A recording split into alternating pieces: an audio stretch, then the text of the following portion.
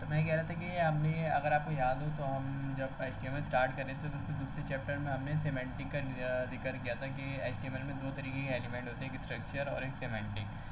Structure में क्या होता है कि सिर्फ हम जो है स्ट्रक्चर को डिफ़ाइन कर रहे होते हैं HTML टैग या एलिमेंट की मदद से, जबकि सिमेंटिक एलिमेंट ऐसे एलिमेंट होते हैं जिसमें हम स्ट्रक्चर भी डिफ़ाइन कर रहे होते हैं। उसमें हम जो है SEO को भी डिफ़ाइन कर रहे होते हैं।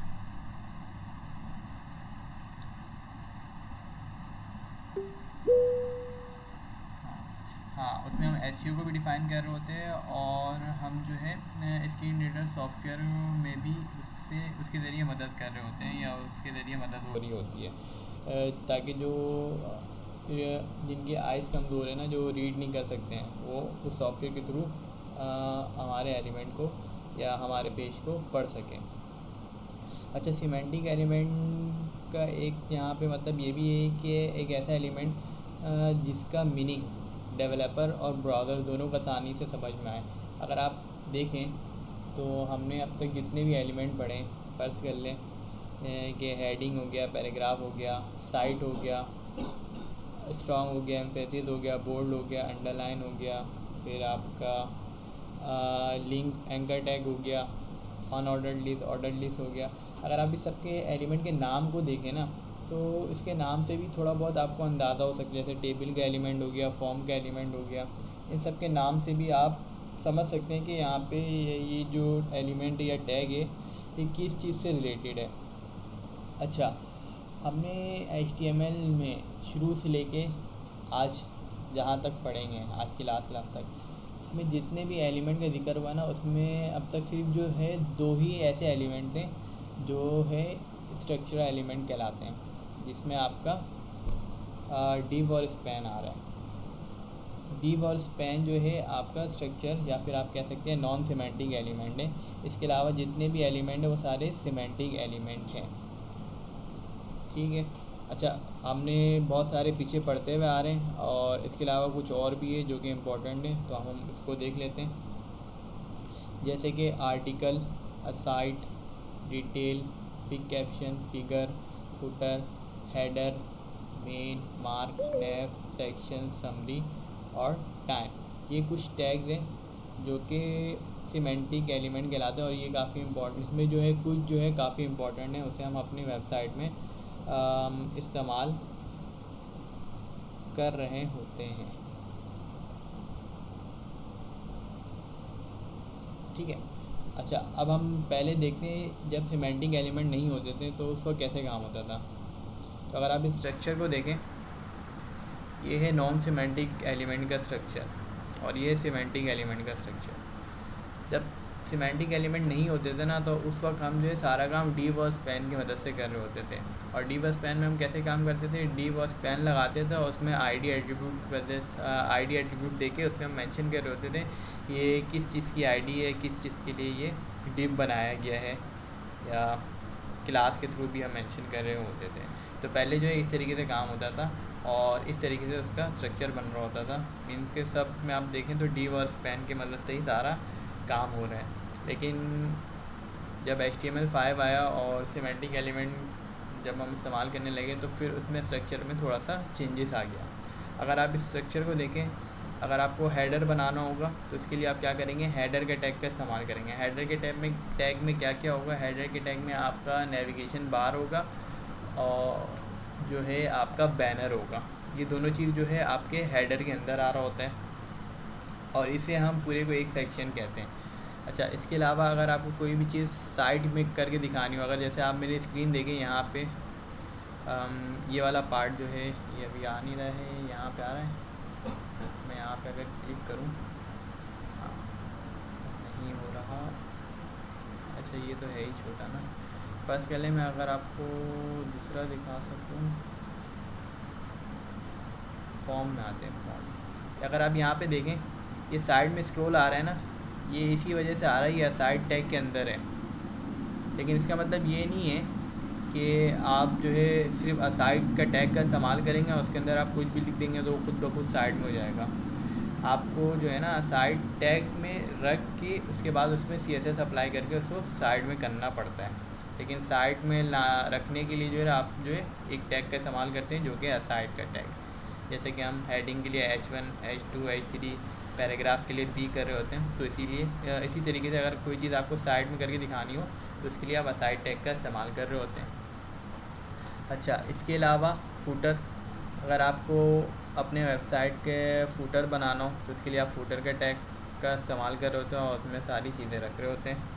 अच्छा, अब बात करते हैं हेडर और फूटर के अलावा जो हमारा जो पूरा बॉडी होता है। हेडर और फूटर के बाद हेडर और फूटर के दरमियान जो जितनी सारी चीज़ें हैं वो सारा हमारा जो है मेन के अंदर आएगा, मेन टैग के अंदर, मेन टैग के अंदर आएगा। और मेन टैग को जो है ना उसके अंदर की चीज़ों को हम दो तरीके से डिफ़ाइन कर सकते हैं या दो पार्ट में तोड़ देते हैं। एक पार्ट होता है आर्टिकल वाला और दूसरा होता है सेक्शन वाला। आर्टिकल वाला केस जो है ना, फर्स्ट के लिए जब आप ब्लॉग वेबसाइट बना रहे हो या फिर न्यूज़ की कोई वेबसाइट है या कोई ऐसी इंफॉर्मेशनल वेबसाइट है जिसमें आप जो है इंफॉर्मेशन जो है दे रहे हो, प्रोसीड कर रहे हो आगे लोगों को, तो उसके लिए उस केस में जो है ना आप ये वाला पार्ट इस्तेमाल करेंगे, या आर्टिकल वाला। यहाँ तक इसमें क्या करेंगे, सबसे पहले आर्टिकल का टैग लगाएंगे और उसके बाद जो है आप एक फ़िगर का टैग लगाएंगे। फ़िगर के अंदर आप इमेज का टैग लगा के इमेज डिफ़ाइन करेंगे एंड देन फिर कैप्शन का इस्तेमाल करके उस इमेज की जो है कैप्शन आप प्रोवाइड कर रहे होंगे। एंड देन जब आप इमेज डिफ़ाइन करेंगे तो उसका कुछ हेडिंग होगा, कुछ पैराग्राफ होगा इसके बारे में आप डिफ़ाइन कर रहे होंगे, तो आप हेडिंग और पैराग्राफ की मदद से डिफ़ाइन कर रहे होंगे। अच्छा, ये एक रफ सिनेरियो दिया हुआ, ऐसा नहीं कि बिल्कुल एग्जैक्ट यही फॉलो हो रहा होता है, आपके केस में आगे पीछे हो सकता है, लेकिन ये एज अ गाइडेंस के तौर पे यहाँ पे मेंशन किया गया है। अच्छा, अब दूसरा केस क्या हो सकता है कि फ़र्ज़ कर ले आपकी आर्टिकल या ऐसी रीडिंग वाली वेबसाइट नहीं है, किसी कंटेंट या किसी चीज़ को डिफ़ाइन करें या फिर प्रोडक्ट टाइप की या ई कॉमर्स टाइप की, मार्केटिंग टाइप की या पोर्टफोलियो टाइप की वेबसाइट है, तो उस केस में आप जो है दूसरे पार्ट की तरफ जाते हैं जो कि सेक्शन का पार्ट है। आप इसको इस्तेमाल करते हुए बना रहे होते हैं, मीन्स कि आप अपने वेबसाइट के पार्ट को सेक्शन में तोड़ देते हैं। एक तो आपका सेक्शन ये हो जाएगा हेडर, जिसमें आपका नैव और बैनर आ जाएगा। एक सेक्शन ये हो जाएगा फूटर। उसके अलावा जो इन दोनों के बीच में आएगा ना, अब उसको आप मज़ीद सेक्शन वाइज तोड़ रहे होंगे, जिसमें आपका फ़र्ज़ कर लें एक अबाउट अस का सेक्शन बन सकता है, एक आपका कॉन्टैक्ट का सेक्शन बन सकता है, एक टेस्टिमोनियल का सेक्शन बन सकता है, एक सर्विसेज का सेक्शन बन सकता है, एक गैलरी का सेक्शन बन सकता है। इसी तरीके से आपकी जो वेबसाइट होगी उसकी जो रिक्वायरमेंट होंगे उसके हिसाब से आप वो सेक्शन बना रहे होंगे। अच्छा, ये अभी जो है एक तरीके का बस समझे विजुअल मैंने आपको दिखाया है। अब मैं इसको आपको वेबसाइट के थ्रू विज़िट करके दिखाता हूँ ताकि आपको और अच्छे से समझ में आए। तो हम चलते हैं वेबसाइट की तरफ और उस वेबसाइट के मिसाल से हम समझने की कोशिश करते हैं। तो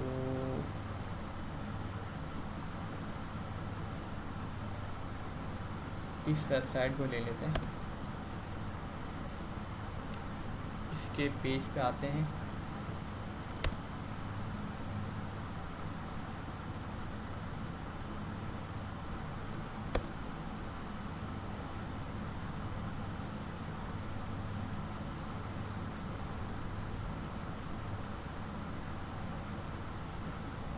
अब इस वेबसाइट के थ्रू ना हम अपने जो अभी टॉपिक पढ़ कर आए वेबसाइट के स्ट्रक्चर को उसको समझते हैं।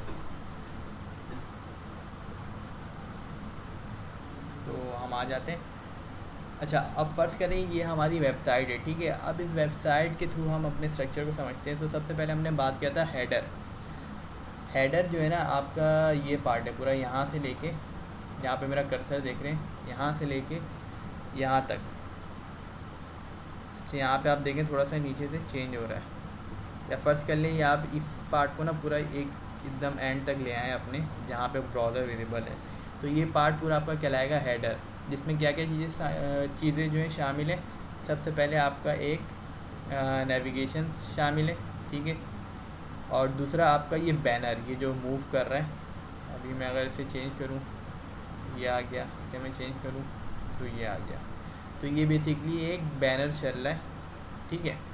ये बैनर है सारे जो कि आपकी वेबसाइट को विजिबल कर रहे हो, मतलब कि आपकी वेबसाइट के बारे में इंफॉर्मेशन प्रोवाइड कर रहे होते हैं। ताकि यूज़र को देखते ही समझ में आ जाए कि ये जो वेबसाइट है किस तरीके की इन्फॉर्मेशन या क्या चीज़ें यहाँ पे हमें प्रोवाइड होंगी। तो इस बैनर के थ्रू हम जो है अपना आइडिया सामने जो भी यूज़र देख रहा होता है उसको डायरेक्ट कन्वे कर रहे होते हैं बैनर के थ्रू।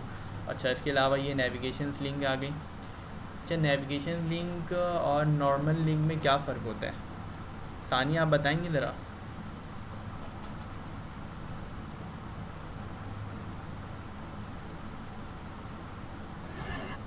जो सेम वेबसाइट के ऊपर उसके जो अलग अलग टैब्स होते हैं वो आप नेविगेट करते हैं ना उसके ऊपर।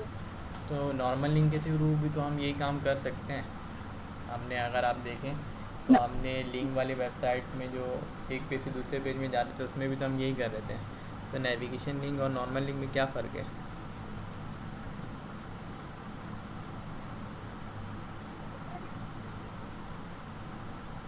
मतलब पेजेस पे आप जो है एक लिंक से आप जो है दूसरे लिंक पे जा सकते हैं, और नॉर्मल लिंक सिर्फ वो एक ही पेज पे आपको लेके जाते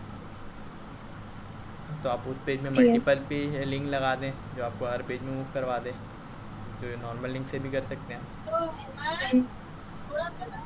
अच्छा सही है, आप माइक बंद करें। ठीक है, बहुत बहुत शुक्रिया, आपने बताया, कोशिश अच्छी की। ईमान आप बताएं आपको क्या लगता है, क्या फ़र्क होगा या कोई फ़र्क नहीं है।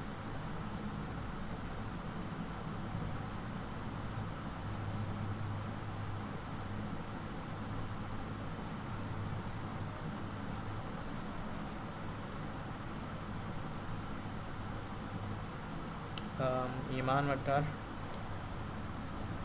आप यहाँ पर हैं।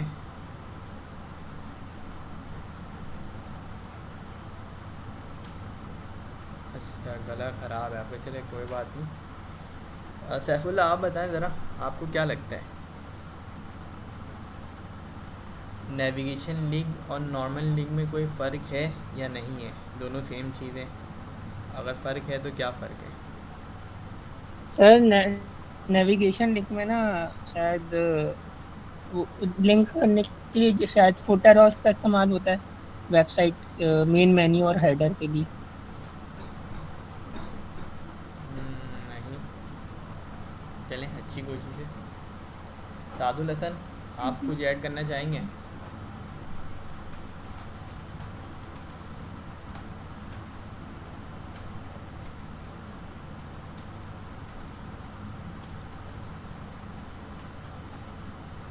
सादुल हसन, आप कुछ ऐड नहीं करना चाहेंगे, चलें कोई बात नहीं। तो देखें, नेविगेशन लिंक और नॉर्मल लिंक में फ़र्क सिर्फ एक बेसिक्स है। जब भी हम नेविगेशन लिंक बनाते हैं ना तो उसको अपने वेबसाइट के बिल्कुल टॉप में शो कर रहे होते हैं, ताकि उसके थ्रू हम आसानी से एक पेज से दूसरे पेज में नेविगेट कर सकें। जबकि नॉर्मल लिंक जो होता है ना उसमें हम ज़रूरी नहीं है कि पेजेस में ही स्विच करें, हम उसके थ्रू किसी दूसरे वेबसाइट पे भी जा सकते हैं। अच्छा, ये काम हम नेविगेशन लिंक में भी कर सकते हैं, लेकिन ये हमारे ऊपर डिपेंड करता है ये क्या नीड है हमारी। लेकिन जो मेन फ़र्क है ना नेविगेशन लिंक और नॉर्मल लिंक में, वो यही है कि नेविगेशन लिंक को हम अपने वेबसाइट के टॉप में डिफ़ाइन कर रहे होते हैं, जबकि नॉर्मल लिंक को हम कहीं पर भी डिफ़ाइन कर सकते हैं। ठीक है, तो ये थोड़ा सा ही फ़र्क था, ज़्यादा कोई फ़र्क नहीं है। हाँ, उसके बाद था हमारा फुटर। तो फुटर अगर अब मैं आऊँ तो ये फुटर है। ठीक है, फुटर के ज़रिए जो है ना अपने वेबसाइट के बारे में उसमें वहाँ पे हम अपने लोगो डिफ़ाइन कर रहे होते हैं। इसके अलावा क्विक लिंक जैसे हम नेविगेशन में ऐड कर रहे होते हैं, यहाँ पे भी हम लिंक्स को ऐड कर रहे होते हैं अपने वेबसाइट के पेजेस को। ठीक है, इसके अलावा अपनी इंफॉर्मेशन प्रोवाइड कर रहे होते हैं, सोशल मीडिया साइट्स प्रोवाइड कर रहे होते हैं कि हमारा जो है ये वेबसाइट के और भी मतलब के पेजेस मौजूद हैं सोशल साइट्स में, जैसे कि फेसबुक हो गया, इंस्टा हो गया, ट्विटर तो नहीं होगा आपका, टिकटॉक हो गया, आपको यहाँ पे मेंशन कर सकते हैं ये लगा के। और इसके अलावा जो है एक और चीज़ जो है कॉपीराइट की इन्फॉर्मेशन के बारे में आप जो है फूटर में ऐड कर रहे होते हैं कि जैसे कि यहाँ पे एक मेंशन हुआ है कि ये जो है कॉपीराइट इसके पास है। अच्छा, ये फ़र्ज़ी आपने मेंशन किया हुआ है, इसका मतलब ये नहीं कि लगा दिए आपकी बुक हो गई अब कोई ले नहीं सकता। अगर आपको बुक करवाना है ना ताकि कोई इसे ले नहीं सके, तो फिर वो होता है ना कि आपको हुकूमत पाकिस्तान में जाके रजिस्टर कराना पड़ता है अपनी वेबसाइट को, तब जाके फिर इसे कोई अगर लेगा या कॉपी करेगा तो आप उसके ख़िलाफ़ नोटिफिकेशन या फिर एक्शन ले सकते हैं। लेकिन उसमें होता यही है, आपको ये मेंशन करना होता है एंड देन फिर आपको कोई प्रोसीजर होता है, उसके थ्रू आपको पेड करना पड़ता है कि मेरी वेबसाइट के चार्जेस जो होते हैं 10% या पता नहीं कितना परसेंट जो है आपको पे करना पड़ता है।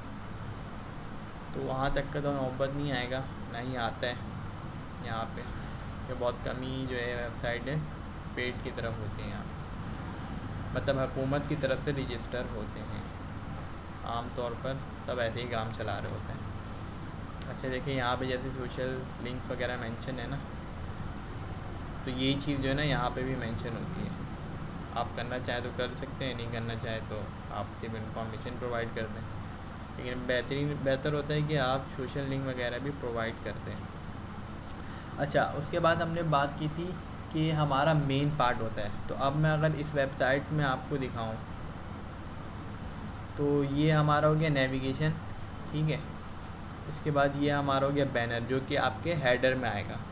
अब इसके बाद यहाँ से हो गया हमारा अबाउट अस शुरू, तो यहाँ से लेके पूरा आप चले जाएं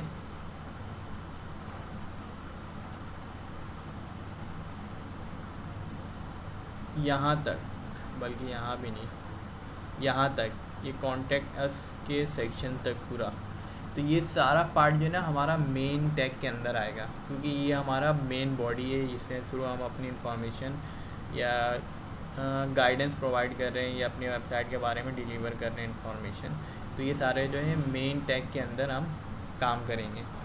अच्छा अब मेन टैग के अंदर हमने दो चीज़ें देखी थी। अच्छा वहाँ पे हमने एक असाइड के टैग के बारे में भी पढ़ा था, लेकिन अगर आप देखें तो इसमें असाइड जैसा हमने कुछ इस्तेमाल नहीं किया है, लेकिन जिस वेबसाइट से मैं आपको पढ़ा रहा हूँ तो उसमें अगर आप देखेंगे तो उसमें असाइड इस्तेमाल हुआ हुआ था, साइड में आपको चीज़ें दिख रही थी जिसे हम स्क्रॉल वगैरह कर रहे थे, लेकिन इस वेबसाइट में असाइड का इस्तेमाल नहीं हुआ हुआ है क्योंकि इसमें रिक्वायरमेंट ही नहीं है असाइड की, तो आप रिक्वायरमेंट के हिसाब से काम कर रहे होते हैं अपने वेबसाइट में। अच्छा अब हम उसके बाद बात कर रहे थे कि हमने मेन का टैग इस्तेमाल किया, उसके बाद हमने दो पार्ट में उसको कन्वर्ट या तोड़ सकते हैं। एक है कि हम उसे आर्टिकल की तरफ ले जाएं और एक है सेक्शन वाइज ले जाएं। तो आर्टिकल के केस में क्या होता है, यहाँ पे सारा आपका फ़र्ज़ के लिए एक इमेज होता, इस तरीके की कुछ चीज़ें होती हैं, जैसे ये आपका इमेज हो गया और उसके बारे में information, image information, image information. जैसे ही फर्स्ट कर ले मैं इसमें क्लिक करता, अच्छा यहाँ पे तो नहीं जा रहा है, लेकिन एक मैंने पेज यहाँ पे याद है मुझे, मैंने बनाया था।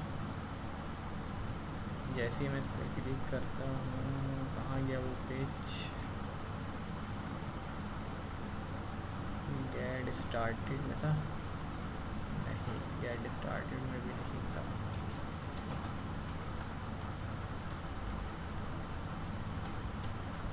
आई थिंक यहाँ पे था एक्सप्लोर सर्विस, नहीं इसमें भी नहीं था, कहाँ चला गया कुछ, खैर मेरे ख्याल से शायद इसमें नहीं होगा।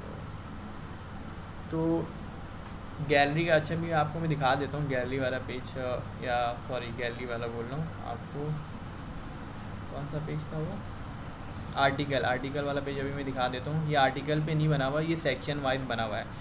अब देखिए मेन के अंदर हमारा मेन तो यहाँ से स्टार्ट हो गया, अब मेन में भी मज़ीद सेक्शन वाइज काम हुए हैं, जैसे कि आप पे एक अबाउट अस का सेक्शन हो गया, ठीक है, जिसमें आप अपने बारे में बता रहे होंगे।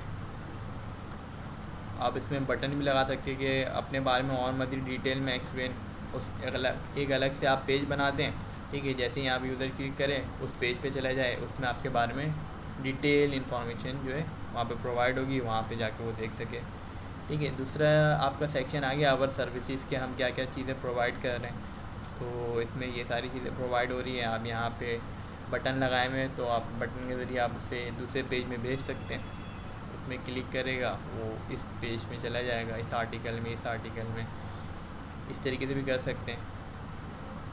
इसके अलावा एक आवर प्राइसिंग का सेक्शन हो गया, जिसमें आप अपने वेबसाइट अपनी जो सर्विसेज प्रोवाइड कर रहे हैं उसके प्राइसिंग के बारे में और तरीक़ेकार बता रहे हैं कि किस तरीके से आप सेशन लेते हैं। इस तरीके से आपका जो है गैलरी का एक सेक्शन आ गया, अब गैलरी में आप अपनी जो भी सक्सेस स्टोरी से या जो भी कामयाबी है उसकी इमेजेस लगा सकते हैं, या अपने वेबसाइट या अपने जो भी प्रोडक्ट है उसकी इमेजेस लगा सकते हैं। बहुत सारी चीज़ें आ सकती हैं यहाँ पे इमेजेस के तौर पे आप यहाँ पे शो कर रहे हैं। अच्छा, आपको सेशन बुक करना है तो इसके लिए यहाँ पे एक अलग से सेक्शन बनाया हुआ है। अपनी इन्फॉर्मेशन वगैरह प्रोवाइड करें, किस टाइप की सर्विसेज चाहिए उसे, एंड देन सबमिट कर दें। बुक नाउ पे बटन पे क्लिक करेगा, ये इन्फॉर्मेशन आपके पास आ जाएगी। लेकिन इसके लिए आपको डेटाबेस कनेक्ट करना पड़ेगा, या फिर दूसरा तरीका भी होता है कि उसमें हम क्या कर रहे होते हैं कि फॉर्म जो है ना एक ईमेल को कनेक्ट कर रहे होते हैं अपने, और उस ईमेल पे ना आपकी सारी इन्फॉर्मेशन आ रही होती है। लेकिन वो भी उस वक्त होता है जब जो सामने वाला है ना अपनी ईमेल प्रोवाइड करेगा, या फिर उसके पास जो है ना इस वेबसाइट के लिए एक अलग से ईमेल हो, तो उस केस में हम ये काम कर रहे होते हैं। लेकिन आप लोग अपने केस में कर सकते हैं कि आप लोगों ने अपनी वेबसाइट बना दी, कोई भी सर्विस आप प्रोवाइड कर रहे हैं, कॉन्टेक्ट अस, जैसे यहाँ पे अभी एक होगा सेक्शन कॉन्टेक्ट अस का, तभी हम उसको डिस्कस कर लेते हैं। अच्छा, यहाँ पे आ गया लेटेस्ट आर्टिकल, मतलब कि ब्लॉगिंग टाइप की इन्फॉर्मेशन आपने यहाँ पे पोस्ट कर दी, लेकिन इसके पेजेस नहीं बने हुए, ये खाली एक तरीके का सेक्शन बना के हमने सेक्शन बना के रख दिया। अब उसके सेक्शन पेजेस पे जाने के लिए हमें दिखाना पड़ेगा। यहाँ पे बना हुआ है, नहीं बना हुआ।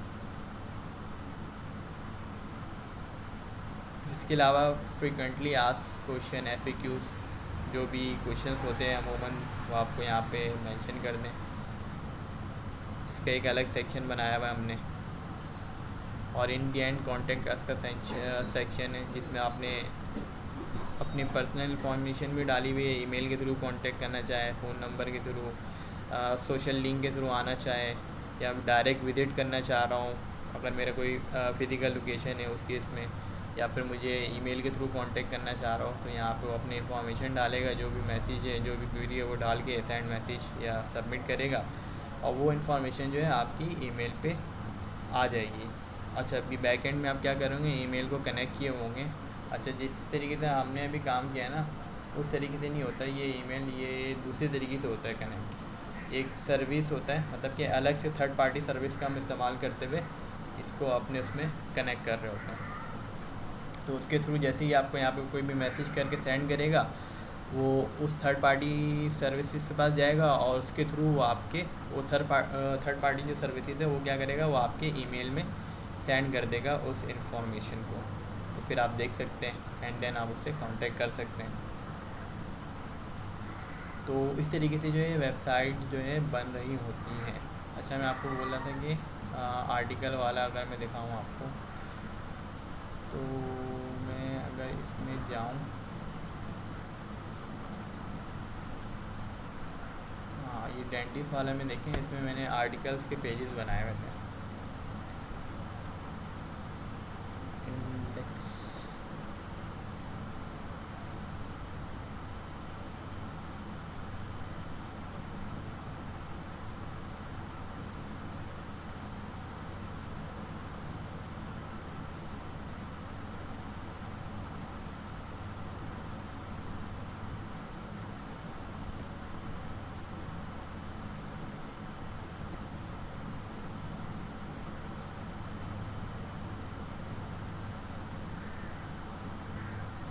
अच्छा अगर मैं इसके ब्लॉग सेक्शन पे जाऊँ ना, अच्छा अभी हमने जो पीछे वेबसाइट देखी थी ना, वो वेब पेज था बेसिकली।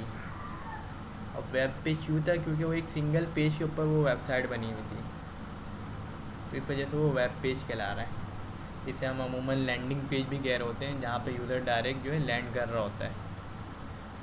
ठीक है, और ये जो है ये मल्टी पेज वेबसाइट है। आपको कैसे पता चलेगा कि कौन सी वेबसाइट सिंगल पेज है या मल्टी पेज है? तो अगर आप यहाँ पे देखें तो अभी आपको पेज दिख रहा है index.html। मैं जैसे ही अबाउट अस पे क्लिक करता हूँ तो देखिए आपको पेज दूसरा दिख रहा है, about.us.html। सर्विसेज में क्लिक करता हूँ तो मैं वापस इंडेक्स के पेज में चला गया और उसके सेक्शन में चला गया सर्विसेज वाले के। तो यहाँ पे आपको सर्विस का आ रहा है। मैं टेस्टिमोनियल पे क्लिक करता हूँ तो एक अलग से पेज आ गया testimonial.html, मतलब कि मैं अलग पेज पे आ गया हूँ। तो ये वेबसाइट जो है अब सिंगल पेज वेबसाइट नहीं कहलाएगी, ये मल्टी पेज वेबसाइट कहलाएगा, या वेबसाइट सिंपल तौर पे कहलाएगा, वेब पेज नहीं कहलाएगा अब ये। ठीक है। अच्छा, मैं बात कर रहा था आर्टिकल्स कैसे होते हैं। तो ये फ़र्ज़ कर लें ये ब्लॉग की वेबसाइट पे आ गए हम, ठीक है। यहाँ पे मैंने एक सेक्शन बनाया। फ़र्ज़ कर लीजिए आप जो है ना, जैसे हमारे उसमें जिम वाले वेबसाइट के केस में इस तरीके का सेक्शन बना हुआ था, ऐसे ही आपका सेक्शन होगा, ठीक है। एंड देन आप यहाँ से किसी भी पेज पे इसको मूव करवा दें। फ़र्ज़ कर ले वो इस पर क्लिक करते हैं एंड देन वो आपके अब इस आर्टिकल वाले पेज की तरफ मूव कर चुका है। तो यहाँ पे आपकी हेडिंग है, ऑथर का नाम है, डेट है, इमेज आ गई एंड देन आपके पास ये हेडिंग और पैराग्राफ वगैरह इसके बारे में इंफॉर्मेशन आप बेसिकली यहाँ पे प्रोवाइड कर रहे हैं। एंड देन आपने यहाँ पे कुछ कमेंट वगैरह के लिए और टचिंग के लिए या कनेक्शन के लिए लिंक वगैरह भी प्रोवाइड कर दिए हैं। तो इस तरीके से जो है हम मल्टीपल पेज या सिंगल पेज वेबसाइट बना रहे होते हैं और आर्टिकल और ब्लॉग के सेक्शन आर्टिकल्स और सेक्शन वाइज काम कर रहे होते हैं। अमूमन हम जब क्लाइंट के लिए काम कर रहे होते हैं ना, तो हम सेक्शन वाइज ही काम कर रहे होते हैं। हाँ, उनकी अगर रिक्वायरमेंट होती है कि भाई फ़र्ज़ कर लें मेरा जो है ना एक एजुकेशन का पेज बना दो, या फिर मेरी जो है कह लें कि टीचिंग का जो है ना एक वेबसाइट बना दो, और उसमें जो है ना मुझे एक आर्टिकल से रिलेटेड भी चाहिए सेक्शन, जिसमें एक अलग से पेज भी आप लगाओ और उसमें जो है ना अभी जो लेटेस्ट ट्रेंडिंग आर्टिकल चल रहे हैं ना उसके बारे में आप वहाँ पे इंफॉर्मेशन प्रोवाइड कर दो। तो ये पूरा जो सीन है आपके यूज़र के ऊपर डिपेंड कर रहा होता है, या जो आपसे बनवा रहे होते हैं वेबसाइट उनके ऊपर डिपेंड कर रहा होता है किस तरह की वेबसाइट चाह रहे होते हैं। तो ये था हमारा वेबसाइट का ओवरव्यू कि किस तरीके से काम कर रहे होते हैं और क्या चीज़ें क्या हैं, ये मैंने आपको यहाँ पे दिखा दिया।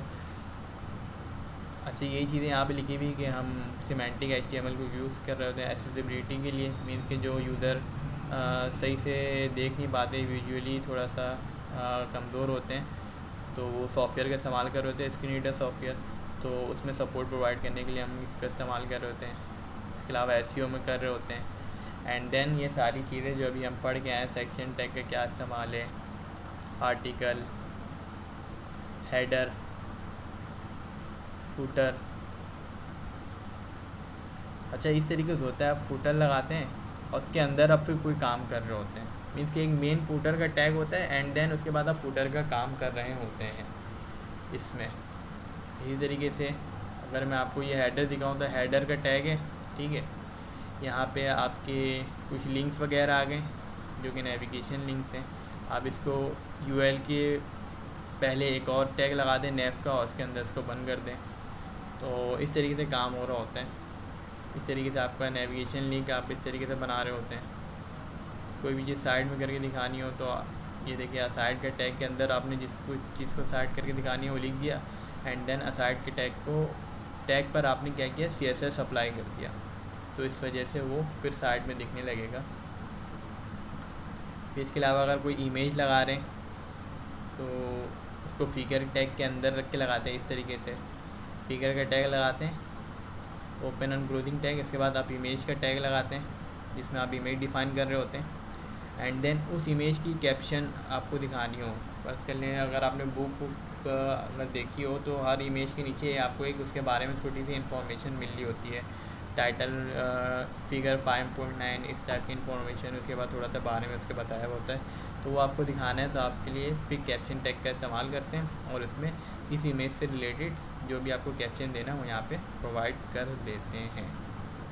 तो ये हमारा था HTML का ओवरव्यू और यहाँ पे हमारी HTML की क्लास जो है एंड होती है। तो इस क्लास को हम यहाँ पे करते हैं स्टॉप।